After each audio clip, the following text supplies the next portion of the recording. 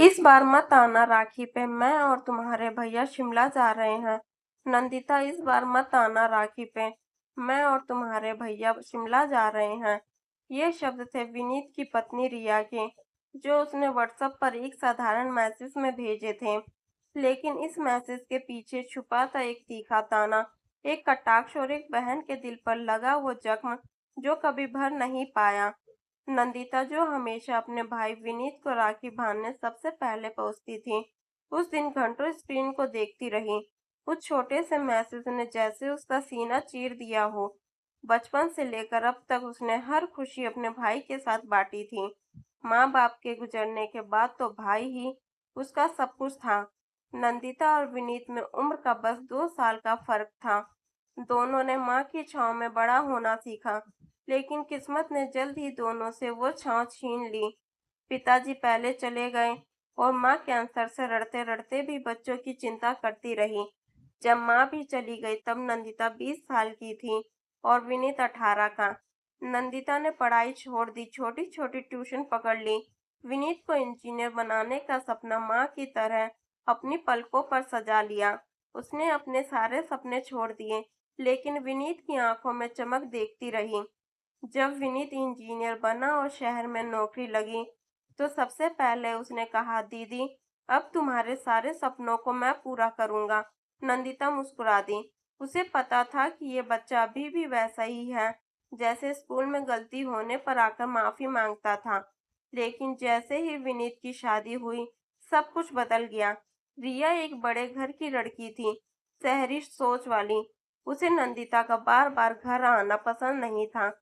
उसने धीरे-धीरे विनीत को समझाना शुरू किया कि बहन को अब अपनी दुनिया में रहना चाहिए। राखी हो या कोई भी त्योहार, अब हमारी दुनिया बस हमारे तक सीमित होनी चाहिए। शादी के पहले साल भी नंदिता राखी पर आई। रिया ने दिखावे के मिठास से उसका स्वागत किया, लेकिन जाते ही विनीत से कहा, इतना गिफ्ट क्यों दिया? अब हर साल राखी पर इतनी बड़ी रस्म जरूरी है क्या? विनीत चुप रहा। उसने मुस्कुराकर कहा, दीदी ने सब कुछ किया मेरे लिए। रिया बस साल में एक दिन तो मांगती है। लेकिन अगले साल से रिया ने धीरे धीरे दीवारें खींचनी शुरू कर दी। और इस बार वो मैसेज था, इस बार मत आना राखी पे, मैं और तुम्हारे भैया शिमला जा रहे हैं। नंदिता ने फोन उठाया, कांपती उंगलियों से नंबर डायल किया। विनीत ने उठाया। हाँ दीदी, शिमला जा रहे हो? हाँ दीदी, अचानक प्लान बन गया। ठीक है, खुश रहो। ये कहकर उसने फोन काट दिया। लेकिन आंसू वहीं से बहने लगे, जैसे बरसों की राखी बह गई हो उन नम आंसुओं में। उस रात नंदिता ने माँ की तस्वीर के आगे दीपक जलाया और कहा, माँ देखो, तुम्हारा बेटा अब बड़ा हो गया है, अब उसे बहन की जरूरत नहीं। इधर शिमला में विनीत की रात करवटों में बीती। उसे नंदिता की आवाज में कुछ टूटता महसूस हुआ था, लेकिन रिया ने प्यार से कहा, अब हम अपनी फैमिली के साथ हैं ना। हर बार उन पुराने रिश्तों को ढोना जरूरी थोड़ी है। वो खामोश रहा, पर चैन न आया। राखी के दिन जब सोशल मीडिया पर सब अपनी बहनों के साथ फोटो डाल रहे थे, विनीत का दिल डूबता जा रहा था। तभी उसे एक पोस्ट दिखी, कुछ रिश्ते कच्चे धागों से नहीं, त्याग से बंधे होते हैं। लेकिन जब एक त्याग करता है और दूसरा भूल जाए, तो वो रिश्ता भी दम तोड़ देता है। ये नंदिता की पोस्ट थी। विनीत के हाथ कांपने लगे, दिल बैठ गया।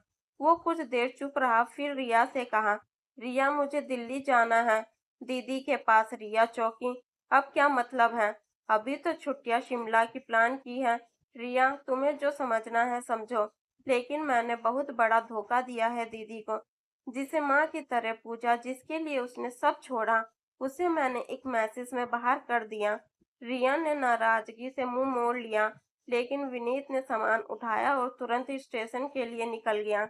दिल्ली पहुंचा तो नंदिता अपने छोटे से कमरे में बैठी थी। उसकी आंखें लाल थी, लेकिन जब दरवाजे की घंटी बजी और विनीत खड़ा था हाथ में राखी लिए, तो वो फूट फूट कर रो पड़ी। दीदी, माफ कर दो, मैं बहुत छोटा पड़ गया रिया के सामने, तुम्हारे प्यार को भूल गया। नहीं बेटा, तुम छोटे नहीं हो, दुनिया की चालाकी में फंस गए थे, लेकिन आज भी तू वही मेरा बीनू है जो स्कूल में डिब्बा भूल आता था और मुझसे लेने को कहता था। विनीत ने उसका हाथ पकड़ा।